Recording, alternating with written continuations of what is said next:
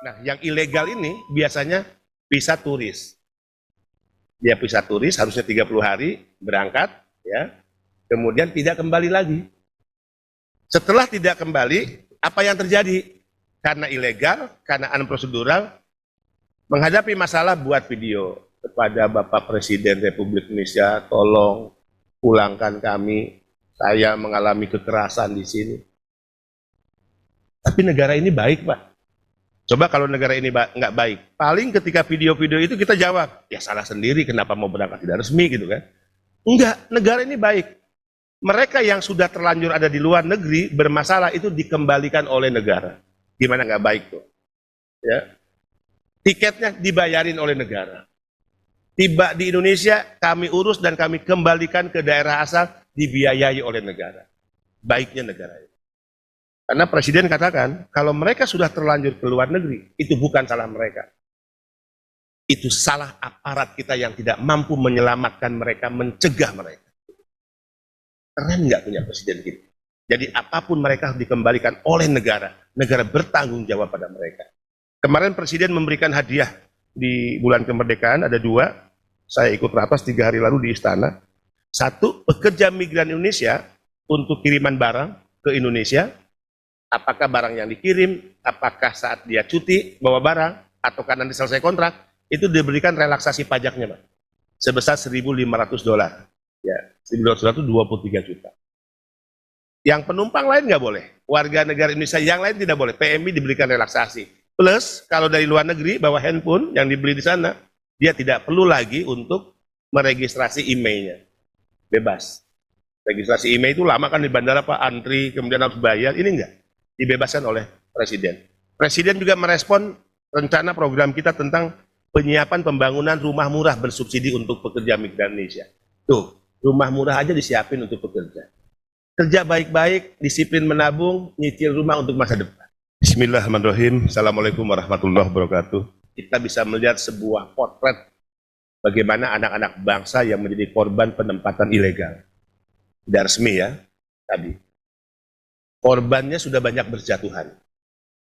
Per hari ini kalau dihitung 3 tahun saya memimpin BP2MI, itu kurang lebih yang meninggal sudah 2.200 angkanya. Yang meninggal. Yang kembali ke Indonesia, jenazah rata-rata dalam 1 hari 2 sampai 3 peti jenazah. Kemudian yang sakit menembus 3.500. 3.555. Rata-rata cacat secara fisik, depresi ringan, depresi berat, hilang ingatan. Dan 95% dulu yang mereka berangkat secara unprocedural atau ilegal. Yang dideportasi, ini masalah keimigrasian, datang ke negara di mana mereka ingin bekerja tapi tidak resmi, ya kemudian tentu akan berhadapan dengan masalah keimigrasian negara setempat, dipulangkan ke Indonesia. Angkanya sudah 103.000. Kalau warga Sulsel biasanya masuk lewat pelabuhan Parepare dari Malaysia. Sangat tinggi. Ini memprihatinkan. Dan hati-hati, berangkat tidak resmi itu akan mengalami resiko, ya, kekerasan fisik, kekerasan seksual, gaji yang tidak dibayar karena memang tidak ada perjanjian tertulis. Kemudian eksploitasi waktu bekerja, bisa sampai 20 jam bekerjanya. Kemudian juga pemutusan hubungan kerja secara sepihak oleh majikan, dan setelah itu diperjualbelikan dari majikan satu ke majikan yang lainnya. Dan banyak, tidak sedikit ABK kerja di atas laut, ya, di atas kapal, mengalami kekerasan, meninggal, jenazahnya dibuang di tengah laut. Itu sudah banyak beredar video-videonya di YouTube. Itu dialami oleh mereka yang berangkat tidak resmi. Kalau begitu pasti pertanyaannya, bagaimana perlakuan negara kepada mereka yang akan berangkat resmi? Bagaimana mereka dipersiapkan? Bagaimana mereka harus memiliki kompetensi? Bagaimana mereka memiliki keahlian di sektor pekerjaan yang mereka pilih? Misalnya untuk jadi perawat, ya, apakah perawat lansia, apakah perawat di rumah sakit, dan seterusnya. Sangat terbuka. Jepang, itu gajinya berapa tuh? 24 juta sampai 30 juta. Perawat ya. Jerman, ada yang tahu nggak Jerman gajinya berapa? Kita udah menempatkan Jerman nih, ya, untuk G2G, Pak. 34 juta sampai 40 juta untuk perawat. Ya. Nah, jadi kalau adik-adik sekalian berpikir untuk bagaimana bisa ke luar negeri, disiapkan dari sekarang. Dan BP2MI nanti akan menjadi mitra. Presiden Jokowi memerintahkan kepada saya sebagai pembantunya, satu, ya, berikan penghormatan setinggi-tingginya pada pekerja migran Indonesia. Berikan label kepada mereka agar mereka memiliki kebanggaan atas profesinya. Apa label itu? Sekarang sering kita kampanyekan mereka ini adalah pejuang keluarga, pahlawan devisa. Terus menerus. Tidak cukup itu. Presiden kita ini presiden paling detail, Pak. Sampai hal kecil harus beliau urus. Tidak cukup dengan memberikan penghormatan, tidak cukup dengan memberikan label kehormatan, tapi bagaimana fasilitas-fasilitas yang menempatkan mereka sebagai orang terhormat. Nah, tadi digambarkan dalam video, kita sekarang punya 8 lounge di bandara, yang lounge itu gratis untuk pekerja migran dan keluarganya. Ya, para menteri, ya, anggota DPR, kemudian orang-orang diplomat, kedutaan besar. Seolah-olah ada ketidakadilan, ada diskriminasi. Padahal ada kelompok orang, anak bangsa, pahlawan devisa, diperlakukan ya, di jalur biasa. Padahal mereka penyumbang devisa. Orang-orang terhormat tadi belum tentu benar juga. Banyak juga yang korupsi maling uang negara kok. Gitu kan? Dana BTS dikorupsi, dana bantuan sosial dikorupsi. Tapi jalurnya, jalur kehormatan, jalur fast track. PMI nggak pernah korupsi uang negara.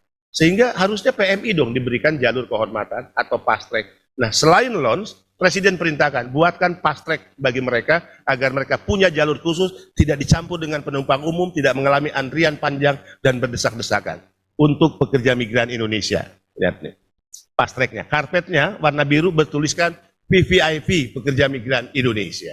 Untuk ke Arab Saudi, sebagai informasi saja nih, syarat-syarat yang dipenuhinya ya adalah sebagai berikut: lulus dari lembaga pendidikan keperawatan atau kebidanan yang terakreditasi di dalam atau di luar Indonesia yang diakui oleh pemerintah Republik Indonesia dan sekurang-kurangnya bergelar sarjana. Satu. Yang ke Arab Saudi ini ya. Kemudian terdaftar sebagai perawat di Konsil Keperawatan Indonesia sebagai bidan di Konsil Kebidanan Indonesia, sehat jasmani dan rohani untuk bekerja, mampu berkomunikasi dengan bahasa Inggris yang di Arab nih, memiliki kompetensi keperawatan atau bidan setingkat advance, dan mampu bekerja di lingkungan tim keperawatan atau bidan untuk Arab Saudi. Tapi kalau Jepang tentu bahasa Jepang. Ya.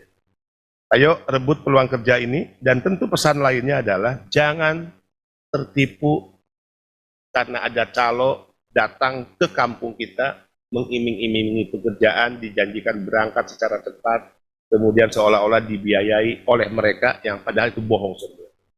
Tidak ada orang mau berangkat ke luar negeri kalau benar bekerja, dia cepat diberangkatkan. Pasti harus ada pelatihan. Pelatihan keterampilan untuk memperkuat kompetensi kita dan pelatihan bahasa untuk kemampuan berkomunikasi kita di tempat dan di lingkungan kerja kita. Pasti ya. Nanti akan dikeluarkan sertifikasi kompetensi. Dokumennya pasti bisa.